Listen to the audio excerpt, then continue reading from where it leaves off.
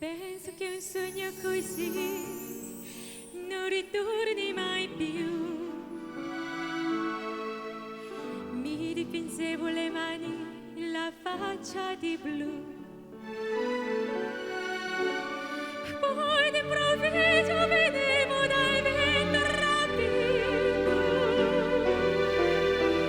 e incominciavo a volare nel cielo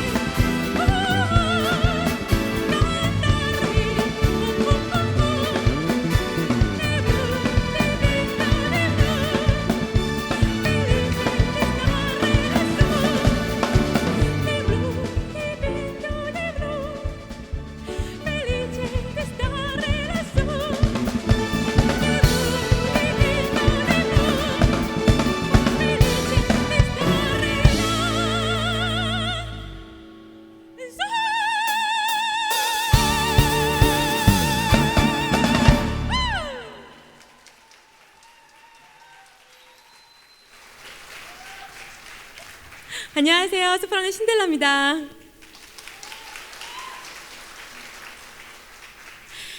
네, SH의 행복 나눔 콘서트 제1회를 맞이해서 아주 즐겁고 신나게 출발하기 위해서 볼라레, 날아라라는 뜻을 가진 노래로 여러분들에게 인사드렸습니다. 저희는요, 이어지는 토크 여러분들과 함께 한 후에 저희는 이따가 토크 후에 다시 한번 여러분들과 소프라노 신델라와 함께하는 콘서트를 다시 인사드리겠고요. 지금은 임지연 아나운서를 여러분들께 소개하겠습니다. 큰 박수로 맞아주시기 바랍니다.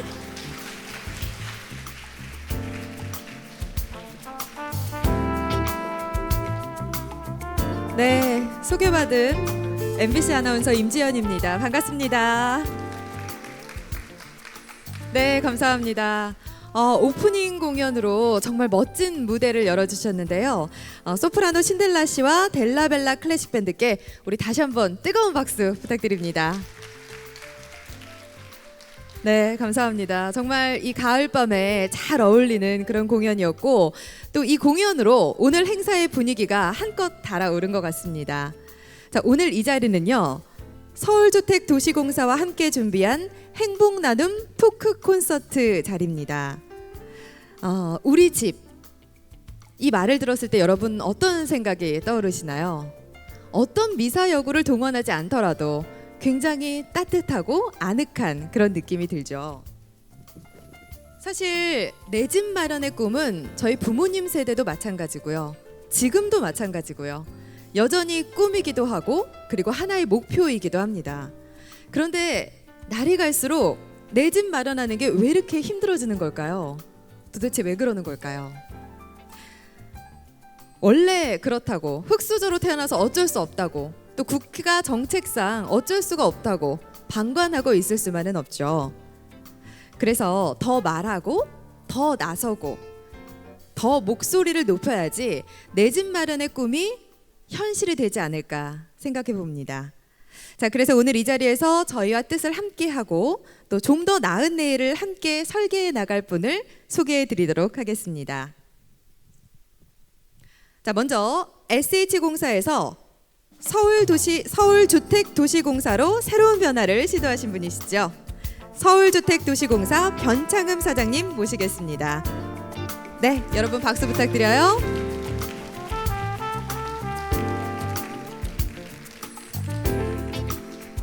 자, 오늘 함께 이야기를 나눠볼 텐데요. 자, 가운데 자리로 안내해 드리겠습니다. 네, 반갑습니다. 자, 이번에는 우리나라 경제 현황에 대해서 정말 가감없이 알리는 작업을 하고 계십니다. 선대인 경제연구소의 선대인 소장님, 네, 무대 위로 올라와 주시죠. 네, 오늘은 또 어떤 거침없는 얘기를 해주실지 기대를 해보도록 하겠습니다. 네, 반갑습니다. 네. 자, 계속해서 함께하실 분입니다. 서울시 청년명예부시장이자 민달팽이 주택협동조합의 이사장입니다. 권지웅님, 네, 어디 계신가요? 예, 무대 위로 모시도록 하겠습니다. 민달팽이 주택협동조합의 이사장입니다. 권지웅님 자리해 주시고요. 네, 그리고 한 분이 더 함께합니다. 아주 특별한 분이신데요. 어떤 분인지 궁금하신가요? 네, 여러분 큰 박수로 환영해 주시면 나와 주실 것 같은데요. 박수 주시죠.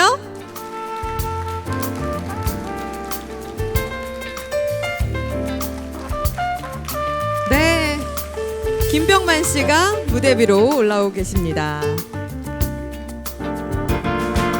네, 안녕하세요. 어서 오세요. 아, 정말 기다렸습니다. 네, 저도 자리에 앉도록 하겠습니다. 네, 김병만 씨 반갑습니다. 예. 네, 항상 내 집같이 편안하게 아까 우리 집 말씀하셨잖아요. 네. 네, 우리 집처럼 오늘 편안하게 토크 콘서트를 할 생각으로 제가 이렇게 움직인 거예요. 여러분들도 편안하게 이렇게 얘기하시면 되겠습니다. 네. 자, 우리 이렇게 편안하게 해주신다고 하니까 다 함께 대화를 나눴으면 좋겠습니다. 편안하게 진행을 해보겠어요. 자, 김병만 씨가 그 내 집 마련의 꿈을 이루셨다고요? 네. 아, 제가 개그맨의 꿈을 갖고 올라와서 정말 열심히 살아서 내가 우리 집을 가져야 되겠다. 그래서 정말 방송을 열심히 해서 네. 정말 우리 집을 가졌습니다. 예. 전 세계 오지에 한 100채 정도를 제가 가졌어요. 네. 근데 거기에서 출퇴근하기가 너무 먼 거예요. 그렇죠. 예. 근데 우리 집도 중요하지만 우리 집이 어디에 있느냐가 되게 중요하거든요. 네. 예. 근데 앞에는 이제 웃자고 한 얘기고 제가 개인적으로 집을 이 전문가분들과 같이 처음부터 끝까지 네. 제가 가평 쪽에다가 한번 지어봤거든요. 네. 예. 근데 제가 사는 곳이 제 일터가 여기고 서울이고 하기 때문에 그거는 이제 그 집은 너무 저한테 부담이 되는 거리상으로. 그렇죠. 예. 네. 그래서 정말 우리 집이 서울에 있는 게 되게 중요하잖아요. 근데 서울에 우리 집을 갖기가 사실 보통 분들은 되게 힘들죠. 힘들죠. 네. 예.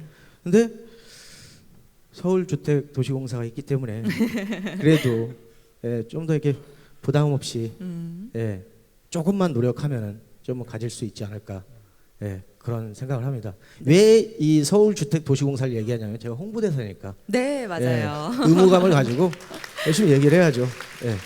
네, 감사합니다. 아니 자, 홍보대사 정도 하면은 네. 집 한 채씩 안 주나요, 사장님? 아까 보셨잖아요. 저 이렇게 들었는데 그 집도 안 주시더라고요. 그래서 열심히 네가 살아서 벌어서 가져라 그러시는 것 같아요. 네, 어쨌든 내 집 마련의 꿈을 이루셨다고 하니까 축하드리고요. 자, 오늘 이야기의 주제를 말씀드리면 집과 또 우리가 살고 있는 도시입니다. 집과 도시 이 두 개의 키워드는 사실 굉장히 연관성이 있고 함께 연대해서 풀어나가야 하는 그런 숙제 같은 얘기가 아닐까라는 생각이 드는데 본격적인 대화에 앞서서 변창흠 사장님의 인사 말씀을 좀 들어보도록 할게요. 네, 제가 많이 떨리네요. 하여튼 여러분 반갑습니다. 네.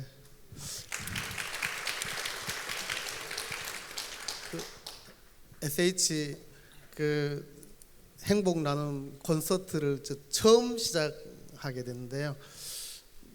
제가 이제 여기 온지 SH공사 사장으로 온 지 2년이 다 돼 가는데 우리 강당이 이렇게 멋있는 무대가 되는 걸 처음 알았습니다. 괜찮죠? 네. 네. 오늘 또 이 앞에 오프닝 콘서트로 신델라 씨가 또 멋진 공연을 해서 우리 강당을 이 시민들에게 더 많이 좀 개방하고 또 많은 사람들이 공유할 수 있게 만들어야 되겠다, 뭐 그런 생각을 하게 됐습니다. 지난번에 우리 그 선대인 소장님 와서 특강하시더니 이 공간이 너무 좋다고 다음에 또 예약을 미리 하고 가셨어요. 그래서 앞으로 하여튼 네. 우리 공간을 이 시민들에게 열어서 좋은 공간으로 활용해야겠다 이 생각을 하게 됐습니다. 오늘 이렇게 토크 콘서트를 우리 공사로서도 이제 처음으로 하게 돼서 아마 오늘 우리 공사 직원들도 아니 SH공사가 무슨 콘서트를 다 하나 해서 아마 이런 게 멋진 공연과 이런 콘서트가 있다는 거에 대해서 기대를 많이 안 한 것 같아요.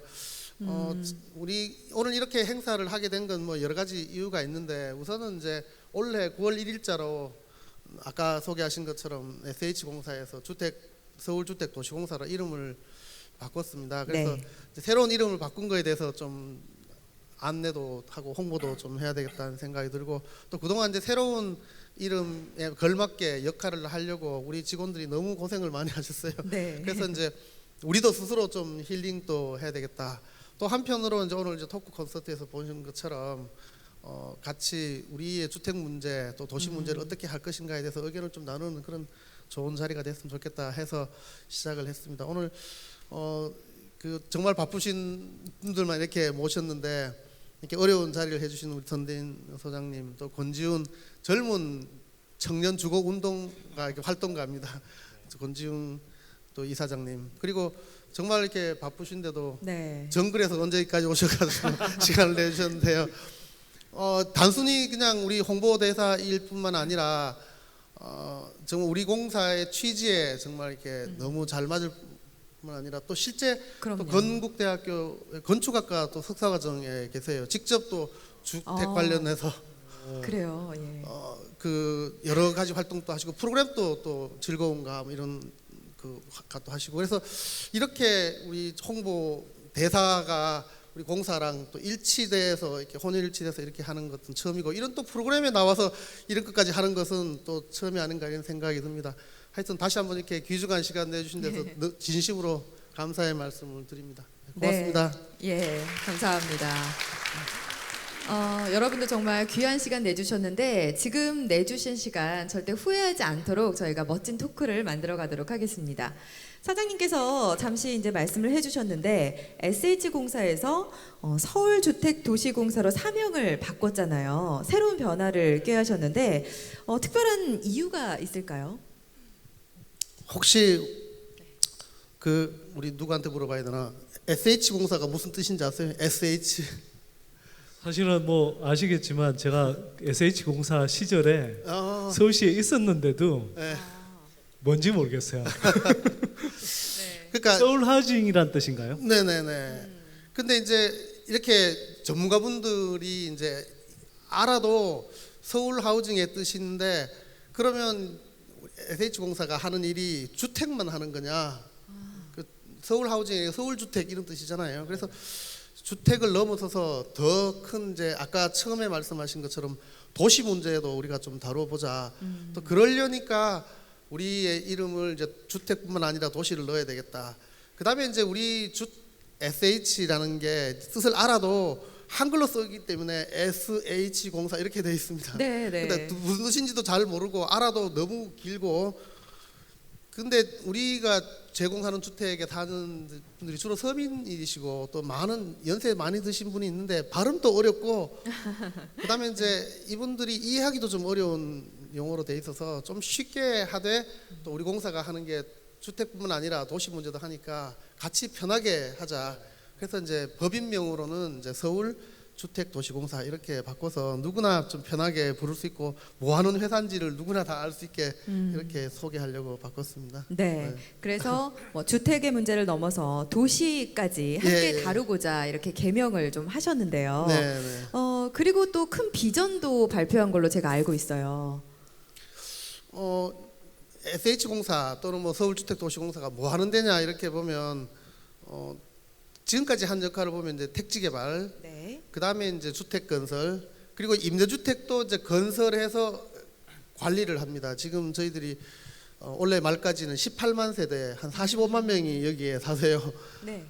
그런데 이제 우리의 역할이 택지 개발을 하려고 보면 나대지가 있어야 되는데 나대지가 지금 서울 변두리에 있는 개발제한구역 해제해서 하는데 거의 이제 항동이나 또 이제 고덕강일 또 위례지구가 끝나면 더 이상 대규모 택지는 없고요. 그러면 도시 내로 들어와서 이제 재생 재개발 사업 중심으로 가야 되고, 또 하나는 이제 임대주택을 주로 이제 많이 관리를 해왔는데 주택만 공급한다고 우리 역할이 끝나는 게 아니라 다양한 이제 주택과 관련된 삶과 관련되는 주거 서비스를 제공해야 되겠다. 그래서 이제 새로운 비전으로 SH공사는 시민과 함께 주거복지 전문기관 그리고 이제 도시재생 전문기관이 되자 이렇게 이제 설정을 했습니다. 그러다 보니까 새로운 이제 사업 모델을 만들어야 되고 또 시민들에게 우리가 뭐 하는가에 대해서 적극적으로 알려야 되고 또 이게 가능하도록 하는 사업 모델을 만들어야 되는 겁니다. 그러면 적은 돈을 들이면서 공공성을 유지하고 지속성을 띌 수 있도록 하는 뭐 여러 프로그램들을 저희들이 고민을 하고 있습니다. 가령 시유지를 확보한다든지 네. 리츠라는 걸 만든다든지 뭐 그다음에 이제 또 새로운 이제 사업 모델들을 만들어서 뭐 역세권 2030 주택이라든지 또 노후된 저층 주거지를 좀 활용한다든지 이런 모델들을 만들어서 이제 서민들에게 더 많은 저렴한 주택을 이제 제공해주는 역할들을 저희들이 좀 하고 있습니다. 그 새로운 모델을 만든다고 우리 직원들이 좀 너무 많이 고생을 했는데 이제 좀 뭔가 좀 새롭게 태어나려고 하는구나. 이름도 바꾸고 역할도 바꾸고 네. 비전도 바꾸고 또 새로운 사업 모델을 만든다. 뭐 그런 점에 대해서는 이제 요즘 많이 좀 동의를 하고 있는 것 같습니다. 네. 네. 네, 여러 가지 비전과 계획을 많이 세우고 계신데요. 기대를 하게 됩니다. 최근에 또 UN 해비타트 3회의에 참석하고 오셨다고 하는데 사실 저는 이게 어떤 건지 잘 몰라요. 설명을 좀 해주실 수 있을까요? 이게 3이라 그러니까 이제 세 번째 회의라는 뜻이거든요. UN 이제 해비타트라고 UN 인간 정주 계획 뭐 이런 뜻인데 그게 이제 1차가 1976년에 밴쿠버에서 캐나다에서 처음 열렸고요. 네. 그리고 이제 20년 만에 96년에 이스탄불에서 터키에서 열렸어요. 그리고 이제 이번에 이제 2016년이니까 20년 만에 다시 에콰도르 키토라는 이제 수도에서 열렸습니다. 네. 인간 삶에서 가장 중요한 게 이제 주택이고 이 주택 정주권과 관련해서 가령 뭐 재해라든지 또 강조 태거라든지 전쟁이라든지 이걸로 인해서 주택 문제를 심각한 것을 유엔 차원에서 이제 돌보는 기구가 만들어진 거고요. 그것을 하는 회의가 20년 만에 열리는데 이번에 열리게 된 겁니다. 그래서 저는 이거는 좀 역사적으로 너무나 중요한 일이기 그렇죠. 때문에 우리 공사에서도 서울시와 함께 적극적으로 좀 참여해서 알리자 이렇게 해서 저희들이 참여하게 됐고 거기 가서 이제 SH공사와 이제 또 서울시가 그동안 했던 이제 저층 주거지 계획이라든지 지속 가능한 임대주택 문제, 도시 개발과 관련되는 프로그램들을 이제 소개를 했는데 특히 남미 쪽에 있는 데서는 깜짝 놀랍니다. 어떻게 1년에 2만 채씩 임대주택을 짓느냐. 이래서 지금 콜롬비아 보고타나 뭐 키토나 이런 데서 또 브라질이나 이런 데서도 아주 이제 상당히 놀랍게 생각을 하고 있습니다. 근데 그때 이제 여기 옆에 계시는 이 문달평의 유니온의 젊은 네. 그 활동가들, 주거 활동가들이 같이 참여를 했습니다. 저희들이 또 지원도 하고 해서 민간 전문가들이 전 세계를 대상으로 우리 주거의 실상을 또 알리고 또 주거 개혁의 이제 원칙, 뭐 이런 권리 이런 것들을 함께 주장하는 아주 좋은 기회가 됐습니다. 네, 그렇군요. 저희 출연자분들도 그 주택 문제에 대한 이런저런 소식들 굉장히 관심이 많잖아요. 먼저 선대인 소장님께 좀 네. 여쭤보고 싶은데 올해 걷잡을 수 없이 치솟은 집값 폭등에 대해서 굉장히 안타까워하셨고 네. 또 문제적 상황을 거침없이 지적도 하셨어요. 네. 후회하지는 않으세요? 아니 왜 후회합니까 그걸? 네, 너무 솔직하게 얘기를 해주셔서. 사실 뭐 지금도 여기 다들 집 한 채씩 갖고 계신가요? 여기 공사분들은 집 한 채씩 갖고 계세요? 안 갖고 계시죠? 네. 왜 그렇습니까, 근데? 비싸잖아요. 맞아요. 그러니까 그건 다들 느끼시는 거 아닙니까? 근데 이 비싼 집값이 더 치솟도록 만드는 건 사실 뭐 길게 설명하지 않아도 대다수 일반인들 체감하기에 비싼 거죠. 근데 그럼요. 비싼데 여기서 더 치솟는다? 정말 문제인 거고요. 근데 그건 이제 주거 차원의 문제이기도 하지만 한편으로는 이렇게 집값이 치솟을 때 뭐 아나운서님도 잘 아시겠지만 이제 가계부채가 엄청 늘어났잖아요. 맞아요. 지난해 가계부채 늘어난 액수가 한 121조 원 되는데요. 이게 예년에는 한 60조, 50조, 60조 이 정도밖에 안 늘어났거든요. 그러니까 2배 이상 늘어난 겁니다. 근데 올해도 지금까지는 거의 지난해와 거의 분가하는 수준으로 네. 가계부채가 빠른 속도로 늘고 있거든요. 예. 그리고 그 늘어나는 그 가계부채의 60%는 또 주택담보대출입니다. 네.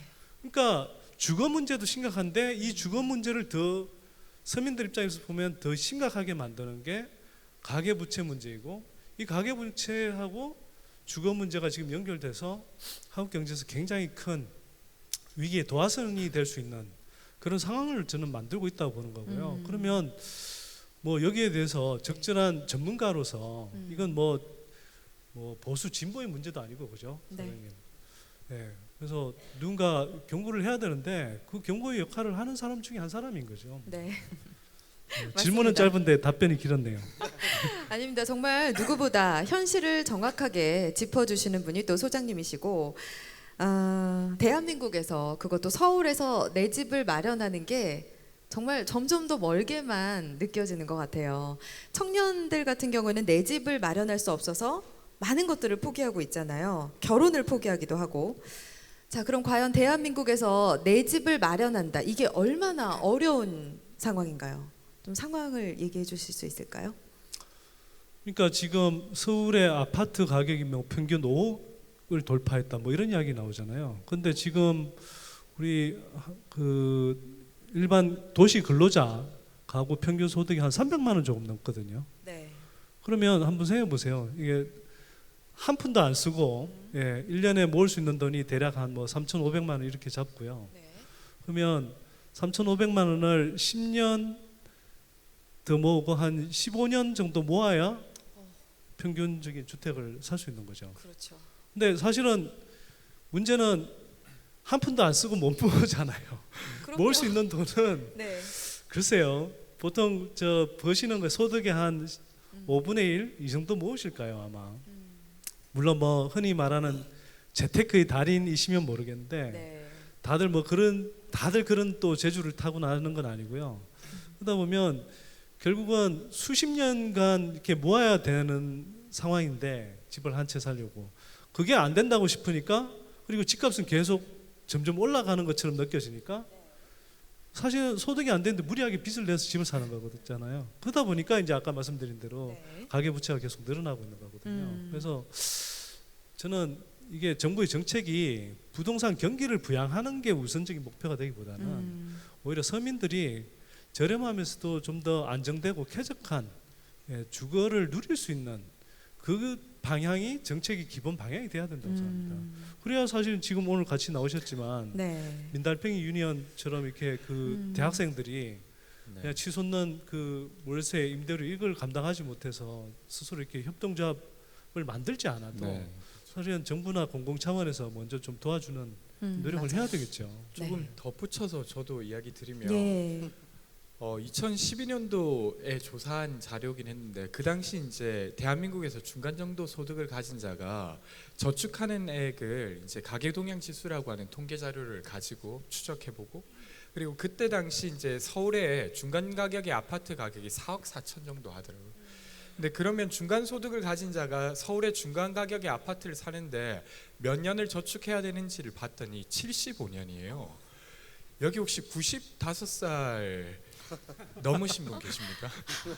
그러니까 20살부터 돈을 잘 모았으면 지금도 아직 좋게 한 30년은 더 모으셔야 되는 상황인 거죠. 그래서 네. 선대인 소장님께서 이야기하신 바와 같이 지금 한국 사회에서 특히나 어떤 도심의 주택 가격이라고 하는 게 어떤 인간이 노동해서 벌 수 있는 소득에 비해서 너무 높은 것 같아요. 맞아요. 좀 재밌었던 건 네. 소득이 좀 낮은 이분위의 분들은 자기 저축액으로 그 집을 사는데 2,300년이 걸렸습니다.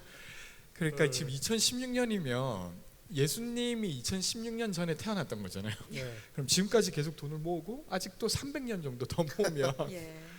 그러니까 되게 진짜 그냥 누가 힘들어서 하는 말이 아니라 정말로 어려운 거죠. 그렇죠. 예. 뭐 방송이 아니니까 진짜 말 그대로 헐 이렇게 말할 수 있을 것 진짜요. 같아요.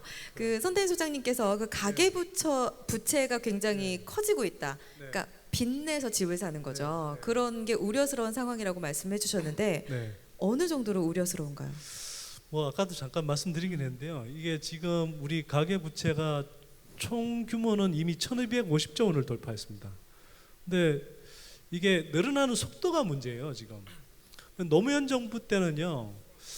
그 5년 내내 꼭 뭐 정부를 이야기하는 건 아니지만 2002년부터 한 2007년까지는 그 5년 내내 그때 사실 부동산 경기가 전국적으로 사실 뜨거웠어요. 네. 그런데 그때 늘어난 부채 총액이 202조 원이었습니다. 그런데 이명박 정부 5년 동안에는 상대적으로 침체기였는데 그때 295조 원, 대략 300조 원 가까이 늘어났고요. 지금은 박근혜 정부 들어와서는 이미 한 270, 80조 원 늘어났는데 만약 이 속도로 지금 아직 임기가 안 끝났잖아요. 만약 이 속도로 계속 가면 거의 400조 원에 육박하는 정도로 늘어난 거죠. 200조, 300조, 400조. 그러니까 지난 한 해 늘어난 게 가계부채 증가율이 한 11% 되는데 지난해 우리 경제 성장률은 얼마였죠? 3%가 안 됐습니다. 네. 그러면 한 4배 가까이 늘어난 거예요. 이 속도로 계속 가계부채를 늘릴 수 있겠느냐 하는 거죠.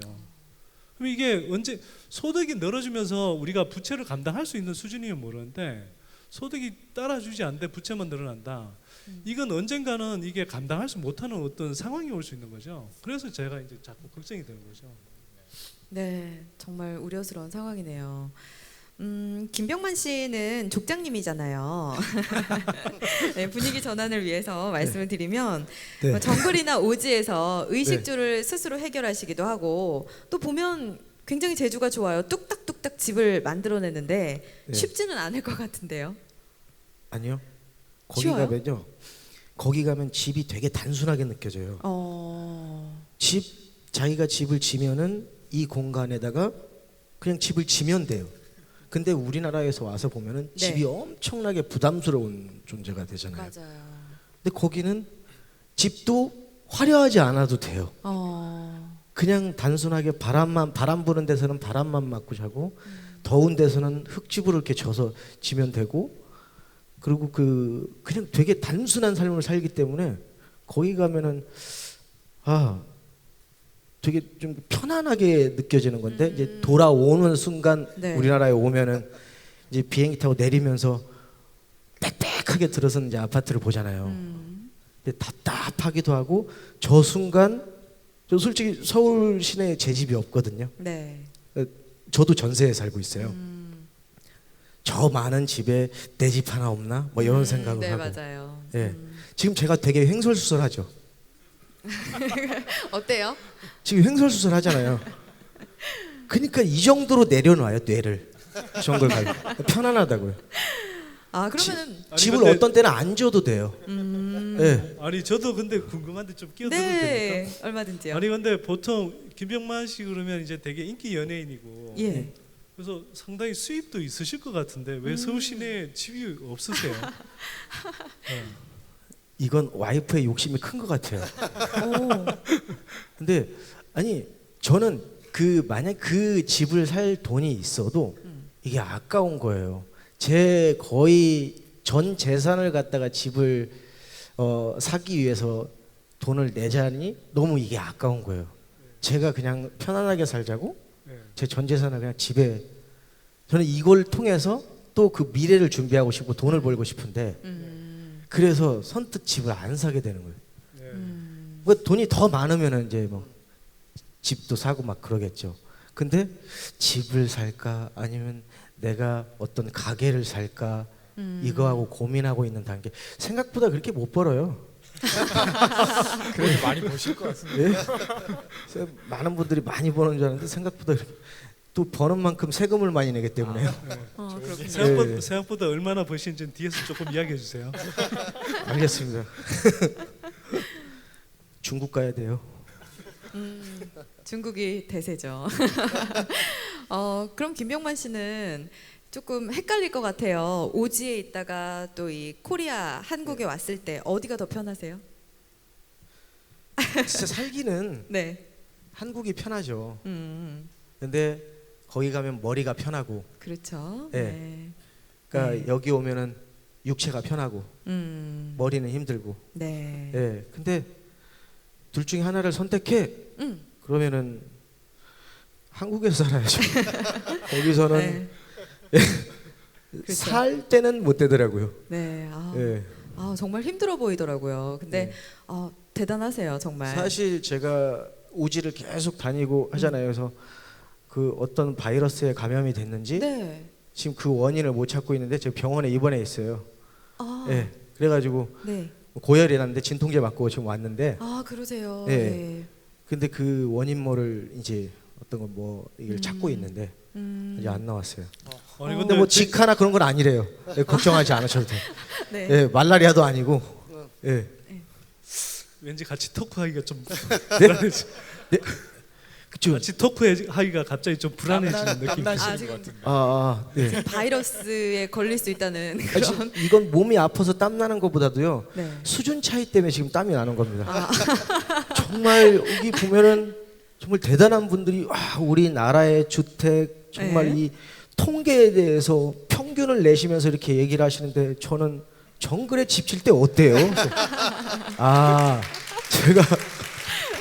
제가 온 이유는 홍보대사기 때문에. 네. 그럼요. 다른 건 없습니다. 네. 홍보대사기 때문에. 아니 약속을 지키려고 정말 이렇게 병원에 그러게요. 이렇게 계시다가 오셨다는데 진짜 어. 박수 한번 크게 한번 쳐주세요. 네. 네, 고맙습니다. 감사합니다. 네, 꼭 쾌차하시길 바라겠고요. 저도 뭐 김병만 씨 덕분에 이 자리가 편합니다. 저도 이 문제에 대해서는 그다지 뭐 해박하게 알고 있는 게 아니라서요. 네, 감사드립니다. 자, 권지웅 이사장님께 질문을 좀 드리고 싶은데, 사실 대학 시절에 상경을 해서 집 문제 때문에 또 여러 가지 어려움을 많이 겪으셨죠. 네, 그렇죠. 네네. 네.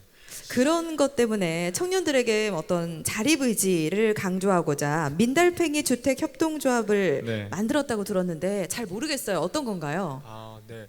아마 저뿐만 아니라 또 젊으신 직원분들이나 다들 아실 것 같은데 서울의 월세 가격이 정말 비쌉니다. 맞아요. 그래서 최저임금이 지금 6,300원 정도인데 이걸로 벌어서 소위 원룸이라고 하는 걸 그렇죠. 빌리려면 한 1,000에 50만 원 정도가 있어야 돼요. 네. 근데 이제 그래도 좀 괜찮다 싶은 건 이렇고 오피스텔류나 이런 것들은 뭐 60만 원, 70만 원 더 비싼데 맞아요. 만약에 50만 원이라 하더라도 여기에 이제 관리비가 또 붙습니다. 그렇죠. 그리고 여기에 공과금이라고 해서 전기세, 수도세 이런 것들이 붙으면 정말로 아무것도 안 했는데 60만 원 정도를 쓰게 되고 네. 하루에 10,000원으로 식비를 해결한다 손치더라도 한 달에 30만 원 드는 거잖아요. 네. 교통비 7만 원에 통신비 7만 원 하면 이렇게 하면 진짜 104만 원을 그냥 제가 벌써 써버린 거거든요. 그러네요. 저는 지역에서 이제 올라와 가지고 1학년 때는 이제 용돈을 받다가 그 다음부터 이제 용돈을 못 받았는데 그때부터 이제 이 아르바이트를 해서 돈을 번다 생활비를 번다고 하는 게 정말 힘들더라고요. 그러다 보니까 사실은 부모님께 미안하면서도 손 벌릴 수밖에 없었던 것 같고. 그렇죠. 네. 그래서 하여튼 저는 한 10년 정도 자취 생활을 하게 됐는데 지금 9번 정도 이사를 한 것 같습니다.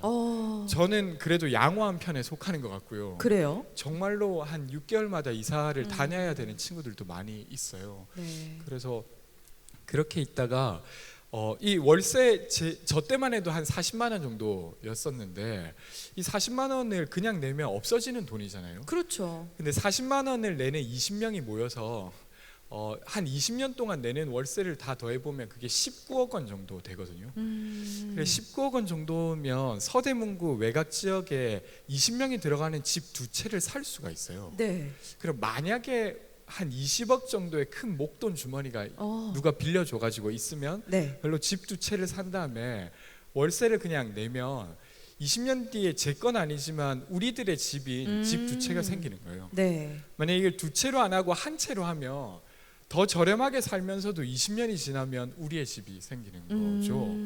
그래서 만약에 그러면 어떨까?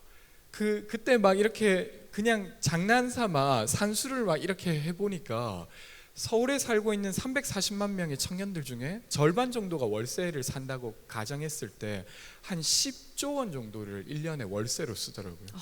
네. 10조 원 진짜 아니, 엄청 뭐 큰 돈. 가늠이 안 돼요. 네, 저도 사실. 뭐 예. 사실 뭐 통장에 네 그래서 네. 그래서 만약에 그러면 그 어떤 목돈 주머니가 있어서 우리가 직접 이걸 하면 어떨까 이렇게 해서 민달팽이 주택협동조합을 만들었고 그래서 이제 지금 6채 정도를 오. 공급을 했습니다. 그러면 재밌는 건 여기에 살고 있는 친구들이 내는 월세는 거기에 운영비로도 쓰이지만 일부는 다시 이런 주택을 만들기 위해서 다시 적립되는 거예요. 아, 그렇군요. 네, 속도가 엄청 느려서 한 채의 주택이 한 채의 주택을 만드는데 17년이 걸리는데 근데 그래도 17채가 있으면 매년 한 채가 늘어날 수 있는 것이죠. 그래서 그런 거 하고 있습니다. 굉장히 획기적인 생각이라는 생각이 들었어요. 근데 아무래도 운영을 하다 보면 현실적인 한계라든지 어려움이 많이 있었을 것 같은데 어땠나요? 그 아까 그러면 이걸 하려고 하면 처음에 그 큰 목돈 주머니가 있어야 그렇죠. 이게 이제 되는 네. 거거든요. 근데 이제 저를 보고 은행에서 돈을 빌려줄 리도 없고 네. 안 빌려줘요. 네, 예. 친구들 보고 빌려줄 리도 없으니까 그때 돈을 모으는 게 어려운 일이었어요. 그렇죠. 근데 그때 이제 변창은 사장님이 아닐 때 네. 네, 그때 와 주셔 가지고 출자금도 같이 내주시고 그래서 누구는 5만 원 내고 누구는 10만 원 내고 이런 돈들을 모아서 했었는데 그때 돈 모으는 게 되게 감동스럽기도 하고 어렵기도 하고 그랬었죠. 네, 그랬겠네요. 그래도 도움을 좀 받았네요. 예, 감사합니다. 예. 그러니까 항상 좋을 때만은 없잖아요. 보통 이렇게 이렇게 둘이 같이 하다 보면 되게 싸우는 경우가 되게 많은데 아, 맞아요. 예. 이건 굉장히 큰 돈이 걸려 있는 부분인데 만약 그러다가 다투기라도 하면 어떻게 해요? 근데 그거 서류상으로 정말 잘 돼 있는 거예요? 그러니까 이제 사실은 그 같이 살게 되면 네. 그러니까 같이 사는 유형도 다른데 방 한 칸은 내가 쓰고 거실이랑 부엌을 같이 쓰는 경우는 좀 괜찮은데 방을 같이 쓰는 경우도 있어요.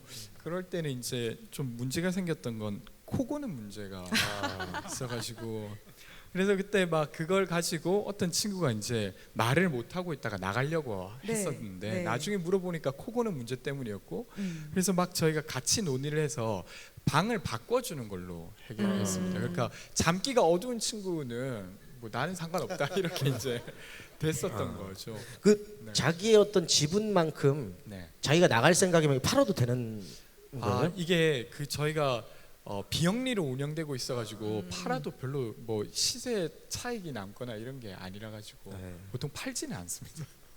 근데 이게 저희들이 보면 이게 이제 청년들이 직접 주거 문제를 해결하기 위해서 나선 거잖아요. 사실은 이제 우리 이제 주택도시공사나 이제 서울시나 또 정부로 보면 부끄러운 거죠. 지금 이제 임대주택을 우리가 공급을 하는데 임대주택은 이제 취약이 어느 정도인가에 따라서 이제 무주택 기간이 길거나 소득이 낮거나 장애가 있거나 식구가 많거나 네. 또 연세가 노인을 모시고 있거나 이런 걸 점수로 누적해서 주다 보니까 맞아요. 35세인 청년층한테는 지금 5%밖에 안 돌아간 겁니다. 그러니까 청년층이 거기 들어갈 확률이 떨어지니까 알아서 해결해라. 옛날에는 부모가 해결하다가 이제는 이제 직접 이렇게 해결하게 된 건데 우리 공사도 지금 청년층에게 직접 제공한 주택은 요즘은 이제 늘고 있지만 작년까지는 1000채가 안 됐습니다. 그래서 이제 앞으로 우리가 이제 계속 청년층 협동조합 주택을 만든다든지 또는 이제 사회주택으로 땅을 이제 시나 우리 땅을 이렇게 제공해내면 그 위에서 모아서 이제 한다든지 이런 방식으로 계속 해결하고 있는데요. 이게 뭐 아시겠지만 민달팽이라는 게 달팽이는 집이 있는데 우리는 집도 없다 이래가지고 민달팽이거든요. 그래서 네. 원래 그래서 참 안타까운 이름입니다.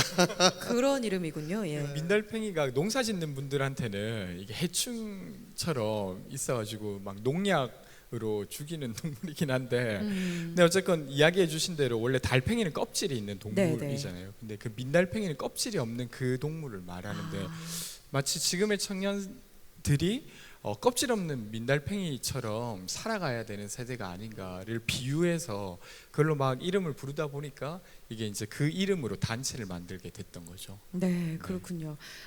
권지웅 이사장님이 활동하는 이런 협동조합 어떻게 보세요, 소장님은? 저는 뭐 굉장히 멋지고 훌륭한 시도라고 생각합니다. 네. 근데 아까 이제 사장님도 잠깐 말씀하셨는데 이게 이제 우리가 좀 더 그 공공이 그 적절한 이제 청년 주거 공간들을 이렇게 저렴한 수준으로 제공했다면 청년들이 이렇게 발벗고 안 났어도 사실 되는 거겠죠. 근데 예, 그런 면에서는 좀 안타깝기도 하고요. 또 한편으로는 좀 부끄럽기도 하고 그러네요. 근데 이제 사장님도 잘 아시지만 우리가 공공 임대 주택 재고가 OECD 국가들 가운데 가장 적은 편에 속하고요. 또 공공 임대 주택만 적을 뿐만 아니라 이 이른바 사회적인 주택, 그러니까 하고 있는 이제 협동조합 주택이라든지 소셜 하우징 이런 것들도 비중이 되게 작거든요.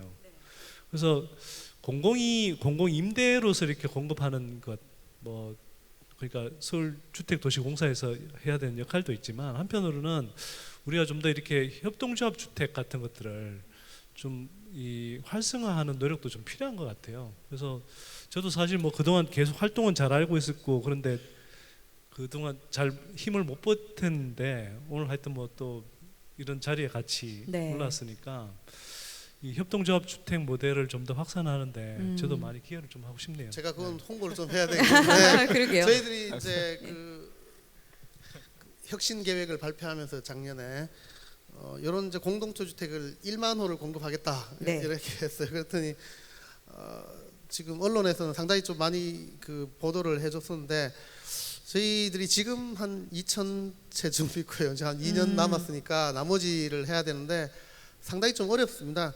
그러니까 그 중에 이제 하나가 이런 협동조합을 지원한다든지 또는 이제 시유지를 또는 SH공사 땅을 이렇게 빌려주고 거기 짓게 한다든지 네. 또는 이제 행복주택을 거기에 다양한 이제 프로그램을 넣어서 해준다든지 이렇게 해서 이제 지금까지는 저렴한 주택을 주는데 초점을 맞췄다면 이제는 이제 주택을 줄 뿐만 아니라 거기에 사는 사람이 이제 같이 어울려서 살 수 있도록 만들어 주는데 초점을 맞추고 있는데요.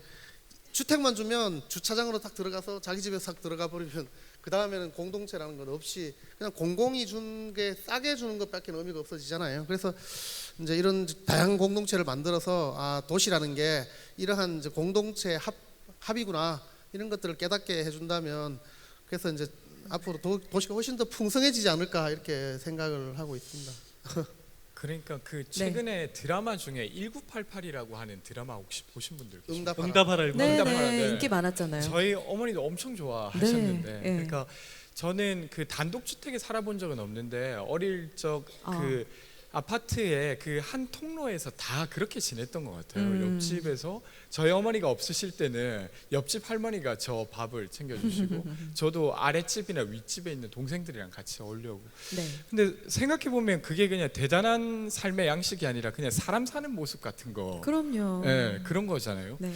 근데 이제 지금은 한국 사회 한동안 그 되게 혼자 있고 혼자 뭔가를 할 수 있는 게 되게 쿨하고 멋진 것이어서 주택마저도 다 그렇게 돼버린 거죠. 그러니까 보증금이 없어서 갈 수밖에 없는 고시원의 그 모형은 감옥의 모형과 매우 비슷하게 닮아 있거든요. 그러니까 스스로 이제 그리고 어쩔 수 없이 이제 저렴한 돈으로 갈 수 있는 곳을 막 찾거나 공급하다 보니까 그렇게 돼버렸는데, 근데 이제는 그 극단에서 이제 다시 무언가를 다시 회복해 들어가야 되지 않을까? 최근에 강남의 어떤 원룸에서 청년이 자살을 해요. 근데 그 사건도 여러 가지로 해석할 수 있겠지만 네. 어쩌면 우리가 가지고 있는 것이 어떤 인간의 외로움 혹은 아니면 그 인간 사이에서 발생하는 어떤 우연함 이런 것들을 다시 찾아 이게 좀 살맛이 나는 거 아닌가? 그런 의미에서도 저는 되게 중요한 일이라고 생각하거든요. 그래서 잘 해나가야 되지 않을까 싶어요. 네, 맞습니다. 약간 홍보성 멘트로 들릴 것 같아서 제가 좀 조심스럽긴 한데 네. 그 제가 뭐 저 혼자 한 건 아니지만 한 2달여 전에 이제 그 주거 정보 앱 집코치라는 걸 론칭했거든요. 이미 혹시 사용해 보신 분 있나요, 이게? 네. 없나요? 관심이 없군요. 이미 한 3만 다운로드 정도 돌파했는데요. 네. 그 초기 반응은 굉장히 하여튼 좋다고 하더라고요. 이게 그 정도면. 근데 저희가 이제 사실 이게 활성화되면, 그러니까 협동조합 주택을 이렇게 짓는 조합원들을 모집하는 플랫폼으로도 나중에 좀 활용하려고 하거든요.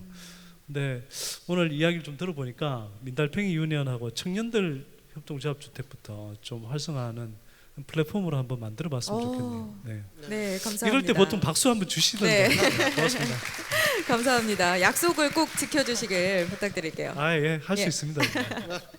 네, 권지웅 이사장께서 말씀해주신 대로 사실 그 드라마가 굉장히 인기가 있었던 이유는 사람 사는 모습, 그 향수 때문이 아니었나 싶어요. 근데 요즘에는 정말 혼자 하려고 하다 보니까 여러 가지 한계에 부딪히는 경우가 굉장히 많잖아요. 다시 힘을 모아야 할 그런 때가 아닌가 생각해 봅니다.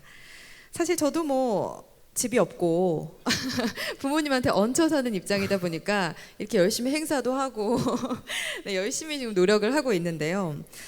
야, 그래도 쉽지가 않아요. 정말 녹록지가 않기 때문에 우리 사장님, 이런 현실 어쩌면 서울주택도시공사의 역할이 더욱더 중요해지고 있다라는 생각이 드는데, 그렇다면 올해 가장 주력했던 그런 사업은 어떤 건가요?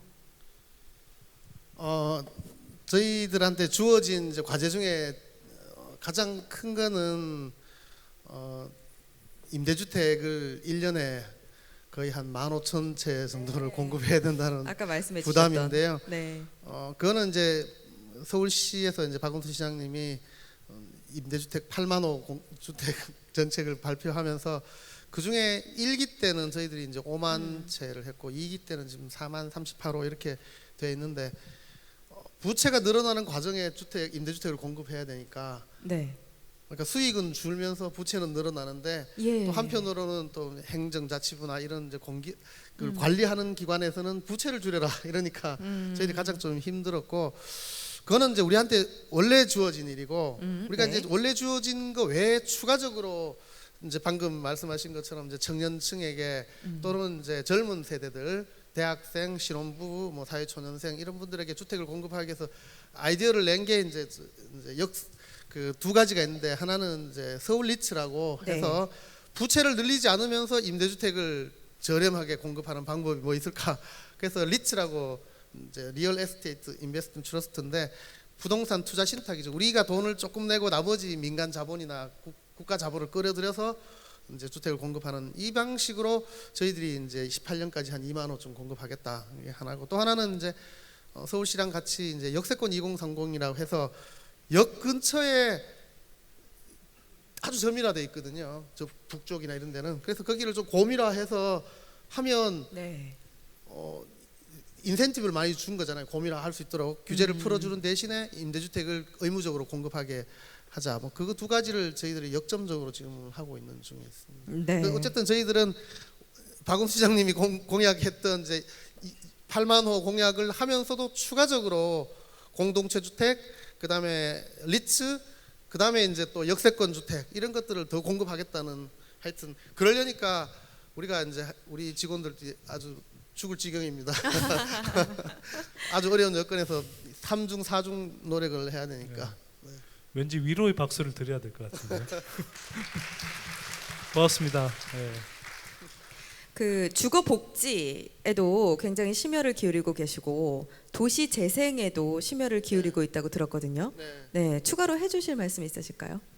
네, 아까 말씀드린 것처럼 이제 주거 복지라는 게 임대주택만 공급한다고, 그 공급한 주택을 관리한다고 되는 것이 아니라, 그래서 이제 옛날에는 이름을 통합관리센터라 해서 주택을 관리하는 쪽에 초점을 맞췄는데, 그거를 주거복지센터라 해서 사람에 초점을 맞추고, 그러면 임대주택을 줘도 너무너무 외로워서 자살해버리거나 일자리가 없어서 임대료를 못 내요. 그러면 내보낼 수가 없잖아요. 그럼 결국은 이제 우리가 일자리 문제나 또는 이제 그 삶 공동체 활성화 이런 것까지 같이 해야 되니까, 그래서 이거를 이제 우리가 주거복지라고 하고 다양한 서비스를 이제 제공을 하는데 우리 혼자 이 적은 인력으로 다 할 수가 없으니까 여러 기관하고 이제 MOU를 맺어서 하는 겁니다. 그래서 작년에만 저희들이 한 150개 정도 기관하고 MOU를 맺었습니다.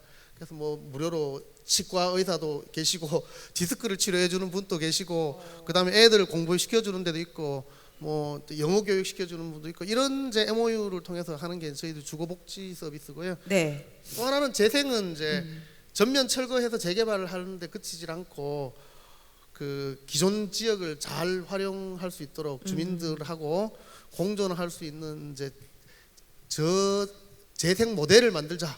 그래서 저희들이 이제 특히 요즘 강조하고 있는 거는 저층 주거지입니다. 저층 주거지를 언젠가 아파트가 돼야 될 공간으로만 생각할 게 아니고 저층 주거지를 좀 저렴하게 그러니까 저층 고밀로 만들 때 아파트가 갖고 있는 장점이 많아요.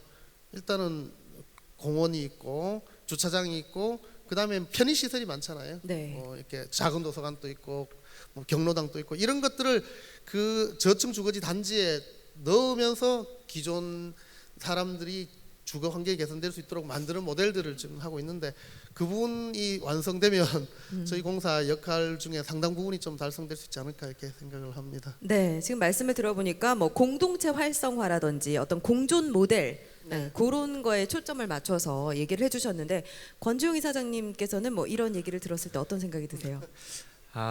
네. 저는 여러 가지 생각들이 드는데 네, 네. 조금 이야기 이제 SH 공사의 약간 역할에 대한 어떤 생각일 수도 있을 것 같은데 제가 일단은 지금 변창흠 사장님께서 이야기하신 바대로 SH 공사가 기존에 해왔던 일들 그리고 지금 좀 더 색다르게 하고 있는 것들을 해내는 것만으로도 엄청 어려운 일이라고 생각합니다.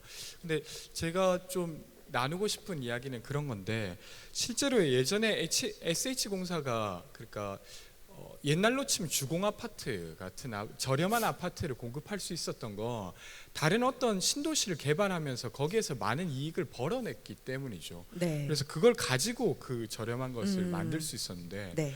지금은 그렇게 어떤 이익을 만들 수 있는 신도시 개발이라고 하는 게 없어진 상태에서 그걸 하려고 하다 보니까 어쩔 수 없이 저렴한 주택을 공급하는 게 어려워지고 그래서 민간에서 돈을 가지고 오다 보니까 이게 더 비싸져 버리는 그렇죠. 거죠. 네. 그러면 SH공사가 잘 일하게 하기 위한 조건 같은 걸 만들어내는 것을 해야 되는데 예를 들면 네. SH공사가 벌었던 그 이익을 그만큼을 정부에서 대준다든가 아니면 SH공사가 지금 하고 있는 일이 이전과는 다른 일을 해야지 SH공사의 어떤 향후의 방향이나 이런 것들이 만들어지지 않을까 이런 생각이 들고 또 하나는 이제 이 주택의 문제를 푼다고 하는 게 공사 하나로 풀기가 되게 어렵다고 저는 생각하거든요. 그러면 좀 되게 유연한 여러 기관들과 협업을 하는 것이 SH공사에 되게 중요한 일이 아닌가. 왜냐하면 네. 저는 공사라고 하는 것의 특성상 정치와 연결돼 있잖아요. 그러니까 사장님은 시의원님들을 계속 만나야 되고 그들에게 욕먹지 않게 하는 게 되게 중요한데 네. 근데 이 정치의 공간이라고 하는 건 생각보다 보수적이어서 맞아요. 새로운 것들을 하기가 매우 어렵더라고요. 그러면 SH공사가 유연하게 하는 것이 지금 당장 한국에서 어렵다고 하면 그걸 할 수 있는 주체들을 돕는 게 이 SH공사의 일일 수도 있겠다 이런 생각을 좀 많이 했습니다. 옆에서 보면서는. 그래서 그런 걸 고려해서 막 해가시면 좋지 않을까 싶습니다. 아니 우리 회사 직원보다 더 잘하시는 것 같아요. 하여튼 말씀하신 것처럼 이제 돈 나올 때는 아주 제한적이기 때문에 우리가 할 수 있는 게 몇 가지가 있는데 정부가 돈을 내거나 시가 돈을 내거나 아니면 시유지를 공짜로 우리 주거나 활용하게 해주거나 아니면 이제 외국은 이제 조세권을 줘요. 조세권을 주거나 또는 이제 도시계획 권한을 주거죠. 예외적으로 용도 변경이나 건축 특례를 준다든지 이거 외에는 방법이 없죠. 하여튼 이 중에 뭔가를 줘야 되는데 이제 이게 다 이제 제도로 만들어지는 거니까 결국은 이제 뭐 정치죠. 정치하시는 분들이 이제 법률이나 시행령이나 또는 이제 예산 배정을 해주면 이제 가능해지는 거니까. 근데 결국 그 결정을 하는 사람들이 누구로부터 영향을 받아야 되잖아요. 누구의 영향을 줄 거냐. 결국 집이 가장 필요하다는 사람, 그 중에서 이제 활동적인 사람이 좋은데 바로 이런 분들이죠. 이런 분들이 힘을 모아서 임대주택을 더 지을 수 있도록 시스템을 만들어라. 이렇게 이제 시의원, 국회의원한테 압력을 넣으면 그게 제도화되고 그래 우리가 지속성을 가지는 거예요. 저도 SH공사가 어떻게 또는 주택도시공사가 어떻게 지속성을 가질 거냐. 그래서 아까 이런 것들을 이제 제도화하는 거예요. 그래서 이제 아까 본 것처럼 리츠라는 것은 적은 돈을 들이면서 하는 거고 CUG를 저희들이 관리하는 거는 안정적으로 그걸 확보하기 위해서 이제 쓰는 거고 나머지는 이제 제도가 남았으니까 이 부분을 제도화하기 위해서 자꾸 이제 국회의원이나 시의원이나 이런 분들 자꾸 만나서 그렇죠. 설득하는 과정을 거치는 겁니다. 오늘 이 두 분이 이렇게 또 세 분이 말씀해 주시는 것도 저희들이 잘 기록했다가 다른데 널리 알려서 우리가 지속적으로 저렴한 주택을 공급할 수 있도록 기반을 만드는 논리를 만들거나 지지 세력을 얻는데 좀 쓰려고 지금 생각을 합니다. 네. 많이 도와주십시오. 자, 우리가 그 주택에 대한 이야기는 많이 한 것 같은데요. 도시에 대한 이야기가 상대적으로 덜 나왔던 것 같아요. 도시라는 공간을 세 분께서는 어떻게 정의를 하고 계신지 얘기를 좀 듣고 싶은데요. 먼저 사장님께서 그 도시라는 공간 어떻게 정의하고 계신가요? 참 어려운 얘기인데 아까 제가 말씀드렸던 유엔 해비타트 네. 그게 처음에는 이제 정주권에서부터 시작을 했거든요. 그래서 도시 주택 문제를 해결하는 거죠. 그러다가 2차 이제 96년에 도시에 관심을 가지게 된 거예요. 그래서 이제 이 도시를 어떤 식으로 계획하고 관리해야만 지속성을 가질 수 있는가에 관심을 가졌고 이번에 이제 제3차에서는 그 부분이 더욱더 강조돼서 그러니까 모두를 위한 그 도시 그리고 이제 휴먼 세틀먼트를 하겠다는 게 9호입니다 이번에. 그래서 그걸 위해 가지고 종전에는 이제 주거권, 정주권이다가 그다음 2차에는 주거권, 그다음에 이번에는 이제 아예 도시권이라 해가지고 그래요? 도시에 예. 사는 모든 사람의 권리를 보호하자라는 게 이제 이번 슬로건이에요.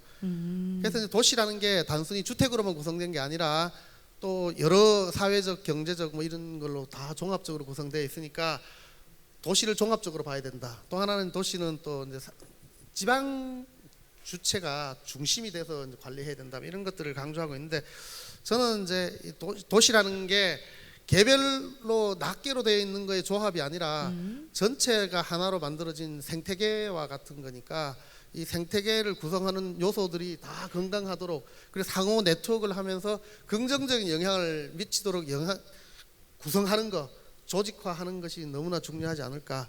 그래야만 이제 건강한 도시가 되는 겁니다. 그렇죠. 주택만 건강하다고 해도 주변이 위험하면 아무런 그럼요. 의미가 없으니까. 네. 그래서 건강한 공간 그게 이제 도시의 본질이 아닌가 그런 생각을 합니다. 네, 선대인 소장님도 좀 말씀해 주세요. 그러니까 뭐 도시라는 걸 지금 뭐 개념부터 정의해 들어가면 너무 길어지니까요. 근데 이 이야기를 좀 드리고 싶네요. 우리가 도시에 관해서 이야기할 때 지금 두 가지를 좀 많이 생각해야 될 것 같아요. 첫 번째는 도시에서 그러니까 도시라고 해서 공동체성이 사실 사라질 필요가 없는데 사실 우리가 도시화되면서 한국에서는 이 공동체성을 너무 많이 잃어버렸거든요. 아까 이제 건지웅 이사장님도 이야기를 하셨지만 심지어 아파트를 짓더라도 이제는 개별 아파트 공간 안에서만 살도록 이렇게 돼버렸고 네. 또 뭐 사실 좀 심각한 이야기는 여러분 보평초라고 들어보셨는지 모르겠는데요. 판교에 가면 네. 되게 이제 좀 혁신 초등학교 뭐로 이렇게 유명한 학교가 있습니다. 근데 거기에 그 이제 자녀를 보내려고 그 학군에 해당하는 주변 아파트는 되게 비싸요. 그래서 그게 뭐 몇 년 전에 5억, 6억 하던 게 막 9억까지 네. 지금 올라가 있거든요. 가격이 뭐 30평형 정도가. 근데 문제는요. 거기에 원래 학군에 속하던 그 아파트 단지가 공공임대주택 단지가 하나 있었어요. 근데 그 아이들도 이 보평초를 오니까 보평초라는 이 혁신학교를 보낼 때는 애들을 되게 자유롭고 그 다음에 공동체성도 함유할 수 있는 걸 기대하고 아마 부모들이 저는 보내리라고 생각했는데 이 부모들이 공공임대주택 사는 사람들이 오는 걸 반대한 거예요. 애들 딴 데로 가라. 그래서 근처에 다른 학교로 갔어요. 근데 다른 학교에서도 그 아이들 안 받으려고 그랬어요. 그러니까 제가 그 이야기를 듣는데 너무 마음이 아팠어요. 이게 네. 우리 지금 이게 우리가 도시라는 공간 안에서 주거 문제를 가지고 이렇게 울타리를 치고 살고 있는 게 아닌가. 네. 근데 사실은 그걸 한편으로는 정책적으로 잘 예를 들어 판교 신도시를 처음 만들 때부터 저는 사실은 그때 그랬어요. 100% 공영 개발을 해서 공공 임대주택이라든지 공공성이 강한 또는 사회성이 강한 주택들로만 구성하자 그랬는데 많은 주택이 사실 분양주택이 돼버렸죠. 그러면서 이제 분양주택, 공공임대주택 이렇게 옆단지별로 섞이면서 이제 이런 문제들이 나타나기도 했는데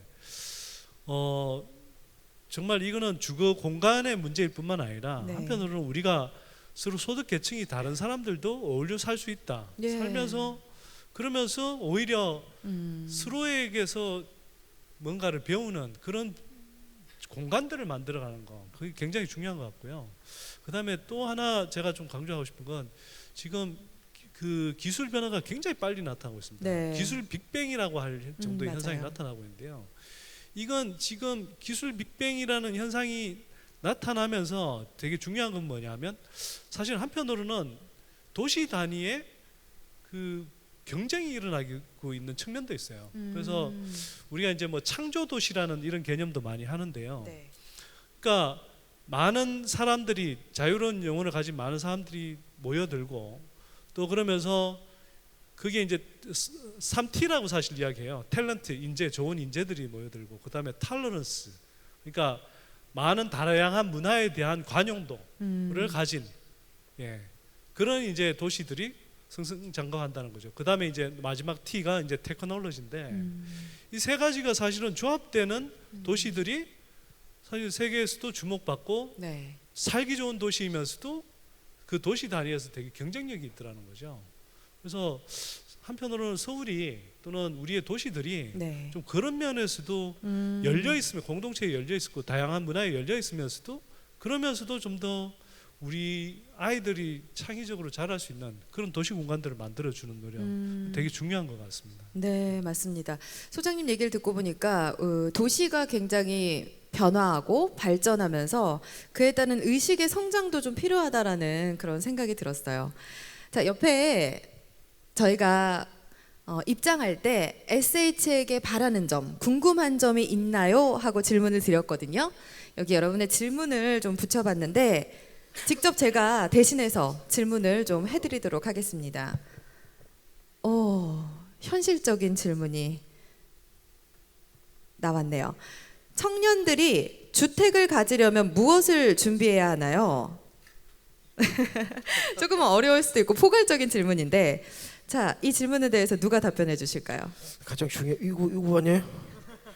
청년들이 주택을 갖기 위해서 준비해야 될 거 이거잖아요.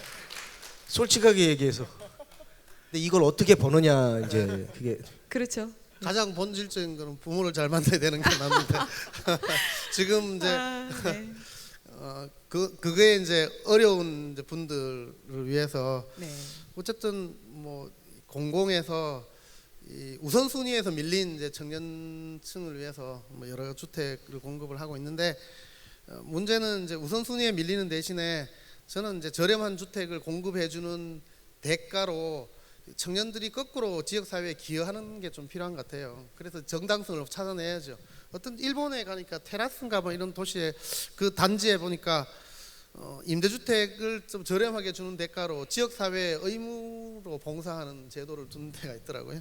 뭐 그런다든지 아니면 지금 서울시에서 지금 옛날에 생각한 거는 노년층하고 청년층을 이제 공존하게 해서 청소라든지 여러 가지 서비스를 제공해 주는 대가로 임대료를 싸게 한다든지 하여튼 여러 아이디어를 좀 내면 되지 않을까. 아까 제가 말씀드린 저층 주거지도 노인 세대에게 좀 안정적인 임대 수입을 제공해 주는 대가로 청년층에는 이제 저렴하게 주택을 줄 수 있도록 상호 뭐 협약을 맺게 한다든지 인센티브를 주는 대신에 이제 거기에 대해서 저렴하되 장기적으로 살 수 있도록 계약을 체결한다든지 뭐 이런 아이디어들을 계속 좀 내고 있는 중에 있습니다. 네. 네. 저는 뭐 지금 변창흠 사장님께서 청년들이 어떤 지역에 기여했으면 좋겠다는 이런 이야기 자체는 무슨 어쨌건 그럼으로써 더 정당성을 확보했으면 좋겠다. 이건 이해가 되는데 실제로 청년들 입장에서는 이런 거잖아요. 2002년도에 목동에 아파트가 2억 정도 했는데 네, 제가 목동에 살아요. 네. 그걸 다 올려놓으시고 지금 아니, 이제 사장님이 와서, 올리신 건 아니죠. 그렇죠. 그러니까 그렇게 하기는 좀 저는 좀 어렵거나 아니면 더 우스꽝스럽다고 생각하고 되려 네. 저는 그런 걸 이야기 드리고 싶은데 이게 혼자서 그 문제를 해결하려고 하면 정말 답 찾기가 좀 어려운 것 같아요. 아까 이야기하신 대로 다시 태어나서 좋은 부모를 만나거나 아니면 정말 좋은 짝을 만나거나 이런 거거나 아니면 진짜 고액의 연봉을 받거나 이런 건데 그게 진짜 어렵잖아요. 그럼요. 올해 이제 네. 구급 공무원직에 22만 명이 지원했는데 거기서 4천 명만 합격할 수 있고 와. 나머지 27만 7천 명은 떨어질 수밖에 없어요. 그러니까 그게 되게 어렵다고 하면 저는 이야기 드리고 싶은 건 친구와 상의해 본다거나 아니면 누군가와 함께 이 문제를 풀어보려고 하면 좀 다른 것 같아요. 예를 들면 그 4평짜리 집을 평당 임대료로 그러니까 원룸을 빌리면 이게 평당 임대료가 12만 원, 13만 원 이러는데 한 20평짜리 빌라 같은 경우는 평당 임대료가 한 5만 원에서 6만 원 정도밖에 안 해요. 그럼 큰 집을 빌려서 나눠서 살면 좀 더 저렴하게 살 수 있거든요. 근데 뭐 어쨌건 이런 식의 여럿이 모이게 되면 좀 다른 방법도 찾을 수 있으니까 그런 거 한번 해보시는 것도 방법이겠다 싶습니다. 네, 역시 힘을 모으면 또 가능하겠죠, 그죠? 네, 질문보다는 여러 가지 바라는 점 그리고 응원의 메시지를 전해주셨어요. 상경한 지방 청년들도 편안히 몸놓일 수 있는 집도 만들어주세요. 이런 의견도 있으니까 참고하시기 바랍니다. 자, 공공임대주택이 굉장히 필요한 시점이고 그것을 위해서 리츠라는 그런 개념도 소개를 해주셨거든요. 자, 그렇다면 공공주택은 어떻게 임대할 수 있는지 그 절차와 과정이 궁금한데 그런 부분에 대해서도 좀 안내를 해주실 수 있을까요? 네, 지금 이제 그 공공임대주택은 종류가 워낙 다양하게 있습니다만 각 그 임대주택 종류별로 자격이 미리 정해져 있어요. 특히나 이제 국토부에서 국민주택기금이나 또는 국고보조금으로 제공하는 경우에는 임대주택 입주 자격이 기본적으로 이제 소득 분위에서 이제 저 1, 2분위 최소한 이제 한 4, 5분위 이하라야 되고 무주택이어야 되고 네. 네. 그 조건을 충족하고 그리고 나머지의 경우에는 뭐 도시계획 철거민이라든지 또는 뭐 재개발 입주자라든지 이런 자격을 갖추고 있기 때문에 각 임대주택 종류별로 이제 내가 그 자격에 맞는가에 대해서 뭐 우리 주택도시공사나 또 LH공사, 한국토지주택공사의 홈페이지에 들어가거나 또는 이제 지금 현재는 서울에 지금 이제 주거복지센터라고 있습니다. 거기서 네. 이제 그 안내를 하고 있기 때문에 거기에 자기 자격이 맞는가를 좀 챙겨서 이제 신청을 하면 될 것 같습니다. 예. 자, 이렇게 해서 세 분의 말씀을 쭉 들어봤는데 혹시 조금 더 전하고 싶은 말씀이 있으시면 좀 전해주시죠. 네, 그러면 네. 우리 방청객들의 질문을 통해서 답변을 들어보도록 하겠습니다. 자, 마지막 질문은 좀 방청객 여러분들께서 해주셨으면 좋겠는데 혹시 질문 있으신가요? 네, 이미 이 질문을 다 해주셨나요? 토크가 너무 완벽했군요. 그죠? 네. 질문 하나 허용하지 않는 이 완벽한 토크. 어때요? 만족스러우신가요? 그러면? 아니요, 근데 질문해 주시는 게 좋죠. 뭐, 그렇죠. 네. 예, 질문 받도록 하겠습니다. 마이크를 좀 전달해 주실 수 있을까요? 네, 어떤 분이신가요? 네, 자리에서 일어나 주시고요. 마이크 전달해 드릴게요. 네. 네, 안녕하세요. 저는 사실 상경한 사람인데요. 그 요즘에 또 주거 문제에 대해서 되게 공부를 많이 하고 있어요. 그래서 네. 공부를 많이 하면서 요즘에 우리나라에서 셰어하우스나 그런 게 되게 대안주택으로 많이 떠오르고 있더라고요. 근데 제가 봤을 때 진짜 대안주택이지 그게 지속 가능한 뭐 나의 집이라고 할 수 있진 않을 것 같아요. 그래서 민달팽이에서도 그런 식으로 제공을 하고 있는 것 같은데 제 생각에는 그게 청년들의 그러니까 좀 정리를 하자면 그러니까 잠깐 살고 떠나는 집 같은 느낌인 거예요. 그래서 이렇게 저기의 입장에서는 지속 가능한 주택이라고 볼 수 있지만 진짜 청년의 입장에서는 지속 가능한 주택은 아니라고 생각을 하거든요. 네. 그래서 여기에 대해서는 어떻게 생각하시는지 궁금해요. 네. 네, 질문해 주셔서 감사합니다. 안 그래도 그 지금 함께 살고 있는 친구들이 한 70명 정도 되는데 네. 이 친구들 중에서도 결혼을 하려고 하는 친구가 있어요. 근데 이제 결혼하면서 이제 거실이랑 부엌을 같이 쓴다고 하는 게 아직은 좀 어렵잖아요. 그래서 이제 그 친구가 나가야 되고 그러다 보니까 약간 2인 가구가 살 수 있는 민달팽이 방식의 어떤 집은 없을까 이런 것들을 지금 고민하고 있어요. 그래서 말씀해 주신 대로 그 어떤 청년들이 1인 가구로 있을 때는 좀 괜찮은데 2인 가구나 3인 가구가 되었을 때는 지금의 방식이 유효하지 않을 수 있지 않냐라는 질문인데 네. 근데 쉐어라고 하는 게 매우 그 정도가 다양해서 되게 강하게는 방을 같이 쓰는 것부터 시작해서 그 다음 단계는 거실만 같이 쓰는 거 뭐 이렇게 단계가 다 있을 수 있는 거죠. 그래서 지금 논의하고 있는 거는 입주한 친구가 한 명이 결혼하려고 하고 조합원 중에 한 명이 결혼하려고 해서 예를 들면 이 두 가구가 어떻게 무언가를 쉐어하면서 살면 조금 더 저렴한 비용에 살 수 있지 않을까 이런 것들을 고민하고 있는데 모를 일이죠. 이게 그래서 2인 가구들도 어떤 방식으로 쉐어해서 사는 것을 찾아내고 그래서 삶의 만족도가 높아진다면 좋지 않을까 싶은데 근데 저는 그런 생각하는데 그 대한민국의 모든 사람들이 쉐어형으로 살 필요는 없다고 생각합니다. 그걸 필요로 하는 사람들이 그렇게 살면 어떨까 싶고 근데 다만 좀 고민되는 건 앞으로 인구의 가구의 수가 점점 작아지고 있어요. 네. 옛날엔 4인 가구가 많았다가 지금 1인 가구가 1인 가구. 많은데 네. 근데 주택은 너무 큰 걸 많이 지어놓은 거예요. 그러네요. 그러면 이걸 부수고 새로 지을 거냐 아니면 1인 가구들이 약간 관계 맺는 법을 잘 배워서 거기에 여럿이 모여서 들어가서 살 거냐 네. 이런 것들을 좀 찾아 나가야 되지 않을까 이런 고민도 좀 들더라고요. 그래서 이 완벽하진 않지만 어쨌건 저희가 풀 수 있는 정도로 풀 수 있는 문제를 해보려고 하고 있는 중입니다. 네. 네, 우리도 지금 이제 그 공적인 재산 또는 공적 공간을 어떻게 쓸 것인가에 대해서 사회적 합의가 필요한데 가령 이제 시유지나 국유지 또는 이제 SH공사나 갖고 있는 이런 토지를 같이 쓰는 사람에게 빌려주면 이거는 이제 그 같이 쓰는 사람들이 이제 자기가 점유하는 기간 동안 50년이든 40년이든 이렇게 쓸 수가 있잖아요. 지금 이제 그 서울시하고 이제 우리 주택도시공사 같이 하고 있는 거는 땅을 40년을 빌려주는 겁니다. 20 더하기 20.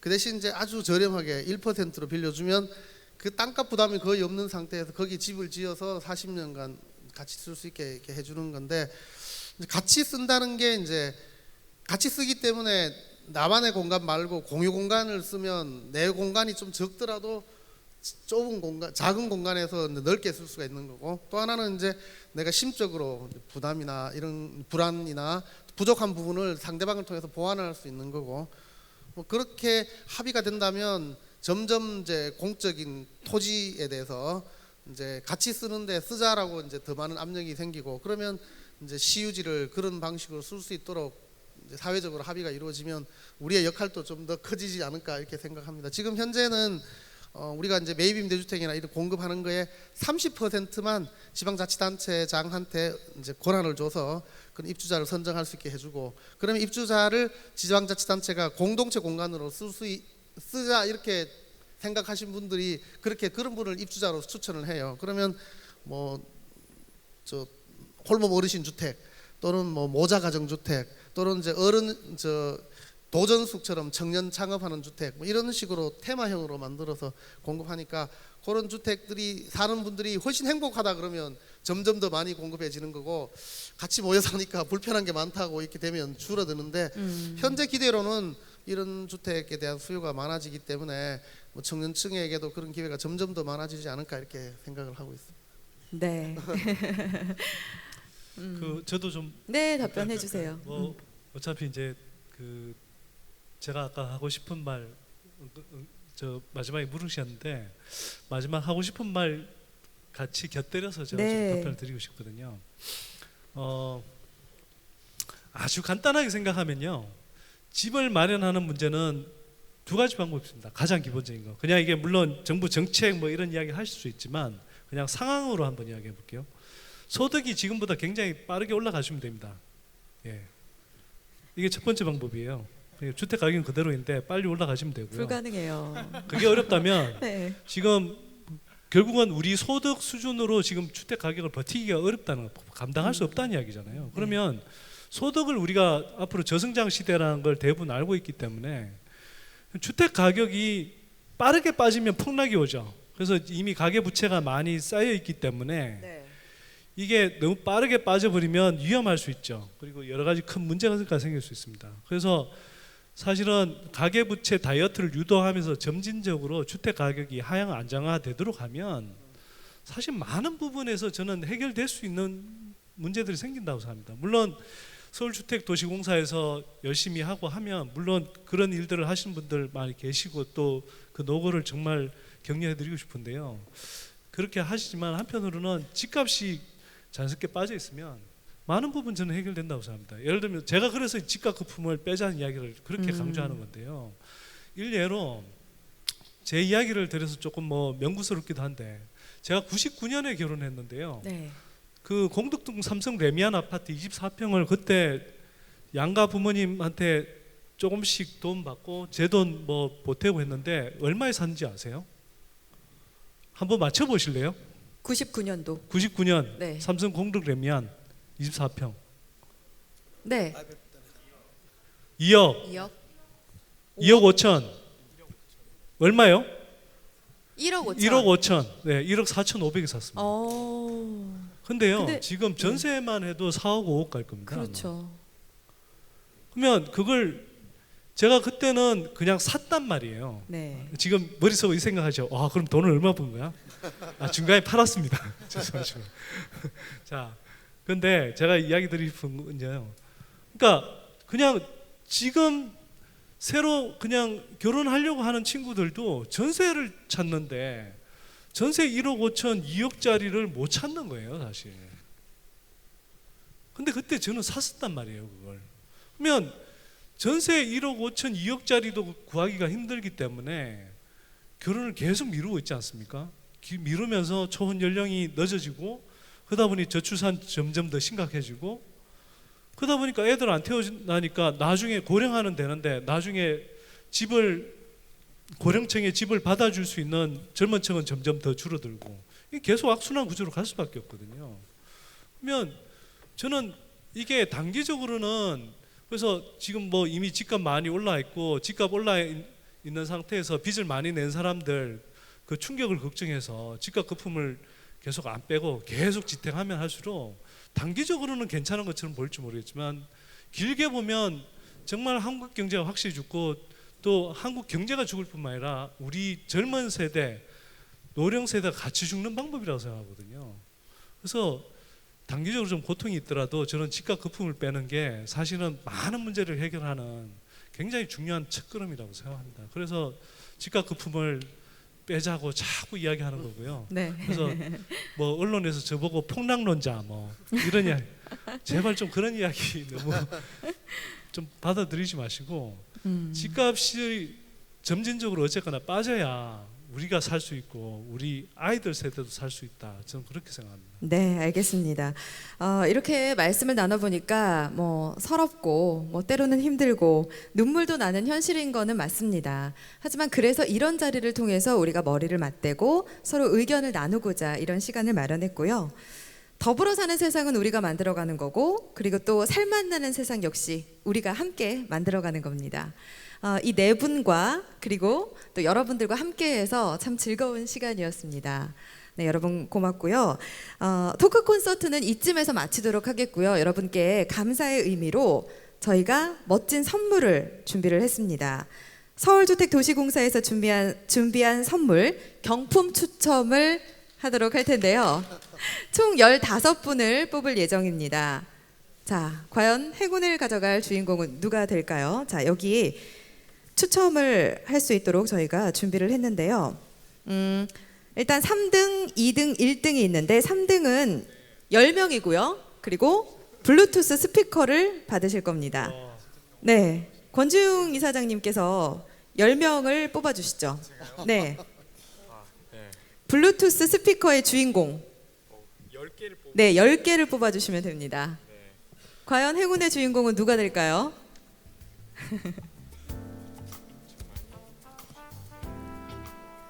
네, 10개 다 뽑으셨나요? 저는 왜 나왔어요 여기? 적자야 앉아 있는 자. 시간에 비해서 한 시간 걸려. 아 힘들어 죽겠네. 괜찮으세요? 아 제가 부르면. 네, 불러주세요. 아 네. 김병만 씨랑 함께 불러주시죠. 예. 네, 예, 함께 해주시죠. 아니 제가 다 부를 거예요. 네. 이거라도 해야지. 아 이영철님 네, 축하합니다. 253번. 네, 이 자리에 계시죠? 너 예, 저 네, 계세요? 손만 들어주시고요. 예, 계속해서 불러주세요. 461번. 네, 축하드립니다. 461번 김정원님인가? 예, 여기- 계시네요. 예, 축하드립니다. 아, 네, 계세요? 자, 세 번째 주인공은요? 462번 최민규님. 네, 축하드립니다. 네, 다음 분은요? 254번 윤지연님. 네, 축하드립니다. 자, 그 다음은요? 249번 한보라님. 네, 축하드립니다. 249번 어디 가셨어요? 예? 가셨어요? 다시 뽑아드릴까요? 이분 운 없는 분이네. 네, 218번 전기택님. 네, 축하드립니다. 예? 네, 계시네요. 강인구님 220번. 예, 계세요? 네. 네, 축하드립니다. 천성희님 422번 천성회님. 네.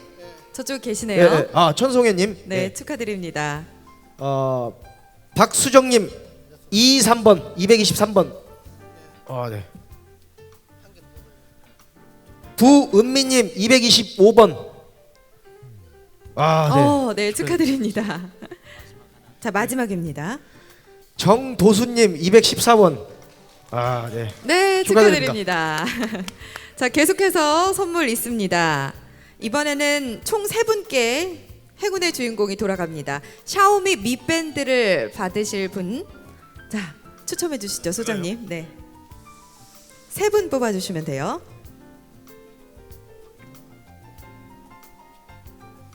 네, 직접 발표해 주시죠. 그런데요. 네, 한 분이 두 분이 그러니까 똑같은 분. 똑같은 분이 두 번 뽑혔으니까 한 분을 더 뽑아야 네, 되겠죠. 한 번 더 뽑겠습니다. 2개를 넣으셨나 봐요. 근데 어떻게- 2개 다 당첨이 된 거예요. 네, 발표해 주시죠. 제가요? 네. 451번 홍은수님. 네, 축하합니다. 샤오미 미 밴드 당첨되셨고요. 네. 최유미 245번. 계시죠? 안 계신가요? 안 계세요? 이분 아까 2장이나 써놓고 가셨는데. 네. 235번 조대섭님 같은데요. 네네. 한 분 더 뽑을까요? 그러면? 네, 한 번 더 뽑겠습니다. 아니 저분은 왜 2장이나 써놓고 가서. 예, 412번 장대희님. 예, 축하합니다. 네, 축하합니다. 자, 이번에는 1등으로 2명을 추첨하겠습니다. 핸디형 퀵스팀 다림인데요. 사장님께서 추첨해 주시죠. 2분 뽑아주시면 됩니다. 제가 하나 네, 그러시죠. 432번 박재규. 네, 축하합니다. 네, 축하합니다. 자, 마지막 한 분은 김병만 씨께서 뽑아주세요. 이 선물이 뭡니까 이거? 핸디형 퀵 스팀 다리미. 다리미. 네, 스팀 다리미. 남상호님 417번. 어디 계시나요? 예? 설마 가셨어요? 설마 안 계시나요? 오, 가셨구나. 네? 어떤 거요? 아, 한번 섞으라고요? 예, 한번 섞을게요. 아, 자, 행운의 주인공은 마지막 한 분. 핸디형 퀵 스팀 다리미를 받아가실 분입니다. 오, 뽑았어요. 권성태님 113번. 와, 아, 네. 아, 축하합니다. 네.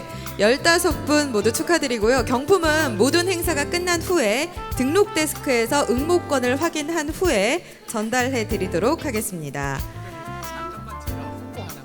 네. 자, 마지막으로 권지웅 이사장님께서 홍보를 한 개만 하고 싶다고 하시네요. 아, 제가 빠르게 그 네, 해주시기 바랍니다. 저희 민달팽이 주택협동조합 리플렛을 가져왔는데 나가실 때 혹시 관심 있으시면 꼭 한 장씩 가져가셨으면 어떨까 해서 말씀드렸습니다. 감사합니다. 네, 감사합니다. 자, 이렇게 해서 토크 콘서트는 이쯤에서 마치도록 하겠습니다. 오프닝 무대를 열어주셨던 클래식 밴드 델라벨라와 소프라노 신델라 씨가 클로징 무대도 장식해 주신다고 합니다. 이 가을에 어울리는 멋진 무대를 준비해 주셨는데요. 여러분 큰 박수로 맞이해 주시고요. 저희는 이만 물러가겠습니다. 고맙습니다. 고맙습니다.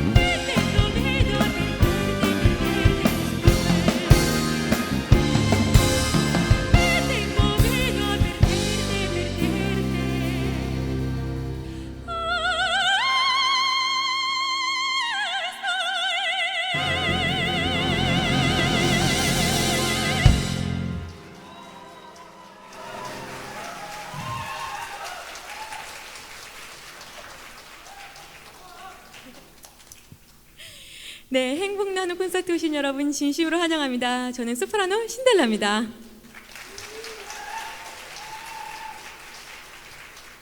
네, 이름을 굉장히 잘 지었어요. SH에서 주관하는 거라 Share Happiness, SH를 따서 어떻게 이렇게 이름을 잘 지었는지 참 대단하다라는 생각을 했는데요. 아까보다 많이 가신 것 같아요. 진짜 백미는 지금인데, 그쵸? 네, 유익한 강의 들으셨으니까 이제 공부 많이 하셨으니까 같이 놀으셔야죠. 음악으로 여러분들에게 행복을 전달해 드리겠습니다. 방금 들으신 곡은요, 베사메 무추, 키스미 머치란 뜻을 가진 스페인 노래였고요. 이번엔 여러분들께 가을밤과 참 잘 어울리는 클래식 곡 한 곡 들려드릴게요. 아마 들어보시면 이 곡이 이탈리아 가곡이었어 라고 하실 텐데요. Non ti scordarme, 나를 잊지 말아주세요 라는 뜻입니다. 노래 가사 속에 Non ti scordarme 굉장히 많이 나오거든요. 그때마다 이태리 말로 나를 잊지 말아달라고 하는 거구나 라면서 저희와 함께 즐겨주시면 참 좋겠습니다. 들려드릴게요.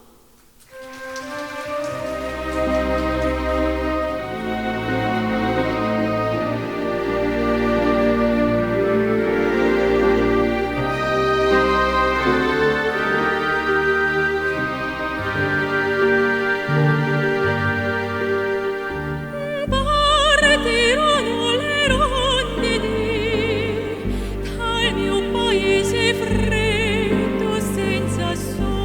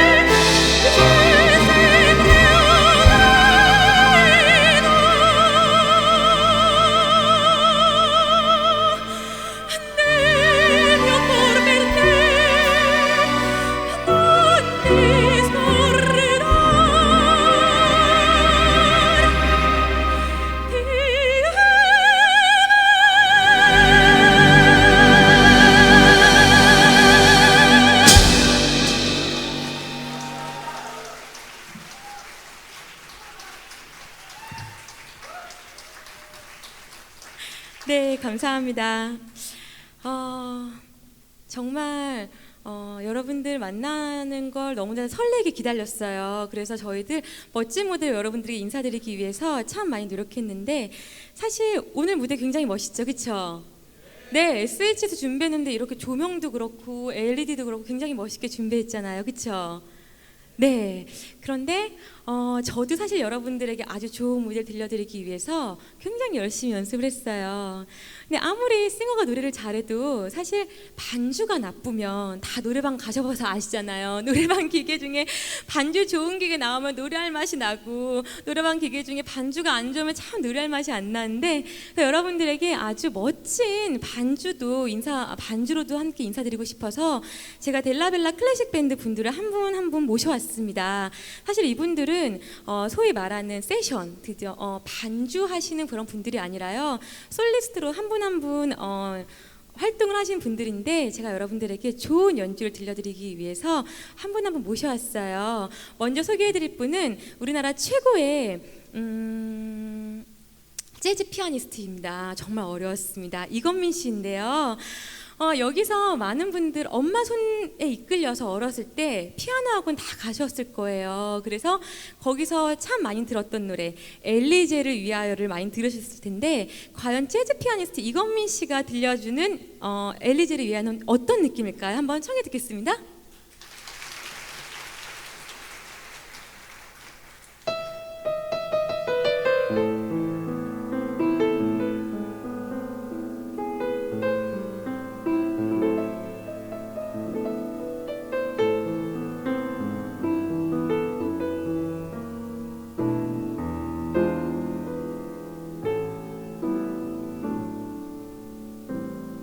네, 이건민 씨입니다. 큰 박수 부탁드립니다.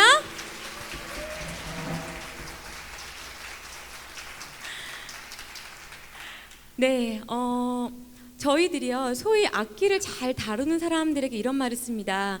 악기를 가지고 논다 이런 말을 하는데요. 베이스를 정말 가지고 놀고 계신 분이 계시더라고요.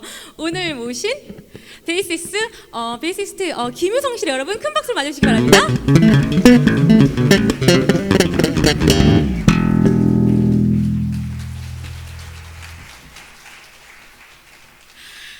네, 제가 참 많은 드러머를 만나봤어요. 그런데 이렇게 잘생긴 드러머는 처음 봤습니다. 그런데 실력은 얼굴보다 더 뛰어나더라고요. 여러분, 드러머 최우섭 씨입니다.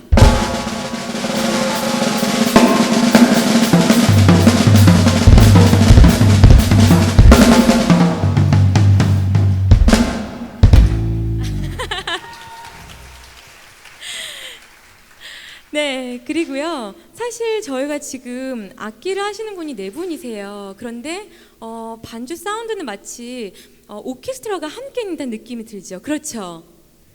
네, 그게 바로 이 엘렉톤이라는 악기 때문인데요. 이 작은 악기에 거의 1000여 가지 악기 소리가 들어있다고 해요. 그래서 두 손과 두 발로 연주를 하는데 이 두 손과 두 발로 한 번 연주할 때마다 거의 100인조 오케스트라의 그런 역할을 한다고 합니다. 여러분 한번 들어볼까요? 어떤지?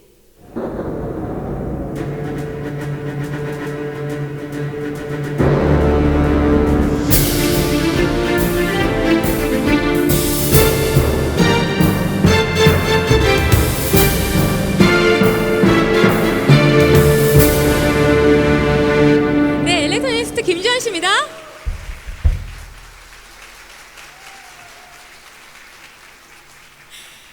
네, 감사합니다. 이렇게 저와 그리고 델라벨라 클래식 밴드는 여러분들에게 오늘 행복을 드리기 위해서 참 많은 곡들을 준비했는데요. 이제 2곡 남았어요, 여러분. 2곡 저희와 계속해서 함께 즐겨주시면 참 좋을 것 같습니다. 이번에는요, 이 가을밤과 참 잘 어울리는 가요 한 곡 준비했는데요. 바로 낭만에 대하여입니다. 네, 낭만에 대하여 과연 소프라노가 부르는 느낌은 어떨지 기대하시면서 청해 주시면 참 감사하겠습니다.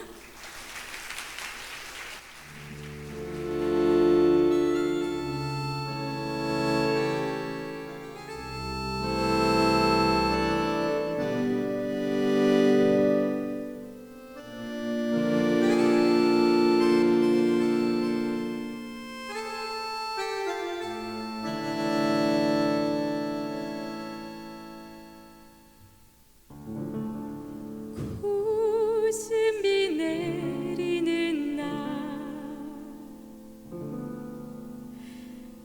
그야말로 이 날씨 다방에 앉아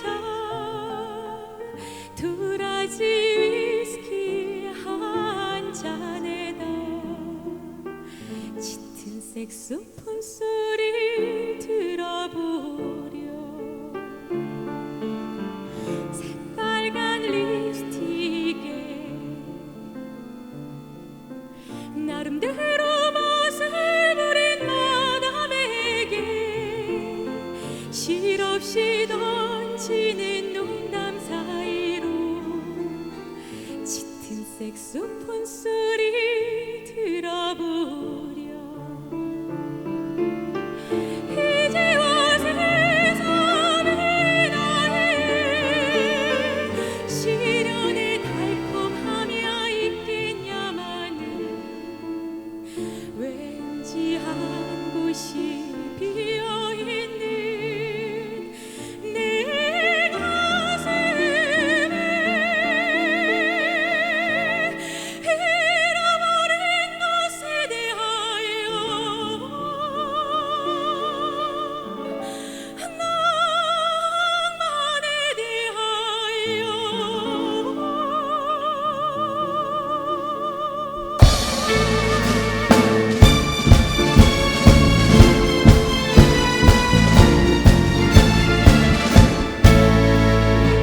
밤늦은 항구에서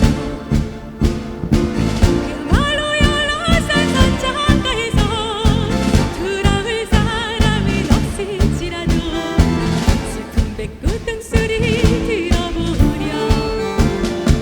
첫사랑 그 수녀는 어디에서 나처럼 늙어갈까. 다 버린 세월이 서글퍼지는 슬픈 배꼽 등소리 들어보렴. 이제와 세상의 나의 청춘의 미련이야 있겠냐마는 왠지 한 곳이 비어있는 내 가슴에 다시 모든 것에 대하여 낭만에 대하여 잃어버린 것에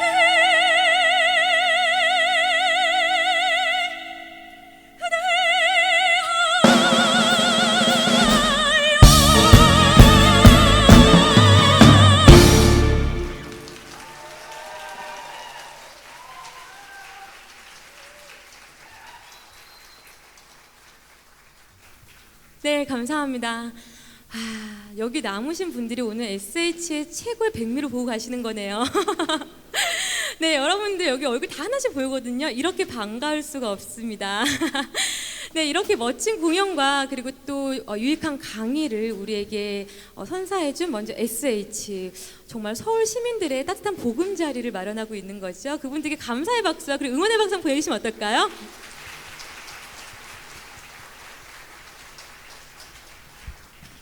네, 감사합니다. 마지막 곡인데요. 마지막 곡은 여기 계신 모든 분들이 이 노래 가사처럼 행복하게 사셨으면 좋겠다는 마음을 담아서 들려드리겠습니다.